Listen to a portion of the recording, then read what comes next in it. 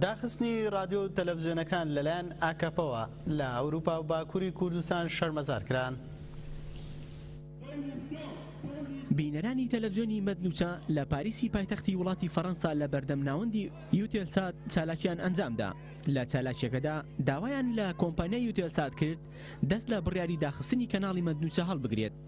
لە شاری وۆپەرتاڵی وڵاتی ئەڵمانیاش چالاکیەکی جەماوەری بەڕێوەچوو.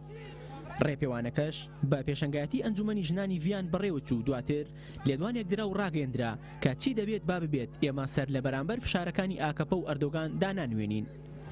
فیدراسیۆنی ڕۆژنامەوانی ئەوروپاش لە دژی بڕیاری داخستنی تەلەڤیزیۆنی مەدنوچە ناڕەزاتیان دەربڕی.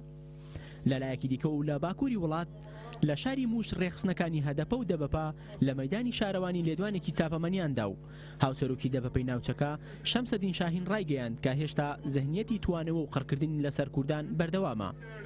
لە ئاگریش هەدەپە و دەبەپا لێدوانێکیاندا و لە لێدوانەکەدا هاوسەرۆکی هەدەپەی ئاگرێ ئۆلجای ئۆزتورک ڕایگەیاند کە داخستنی رادیۆ و تەلەڤیزیۆنەکان لەلایەن ئاکەپەوە کودەتایەکی نوێیە لە دژی چاپەمەنی ئازاد.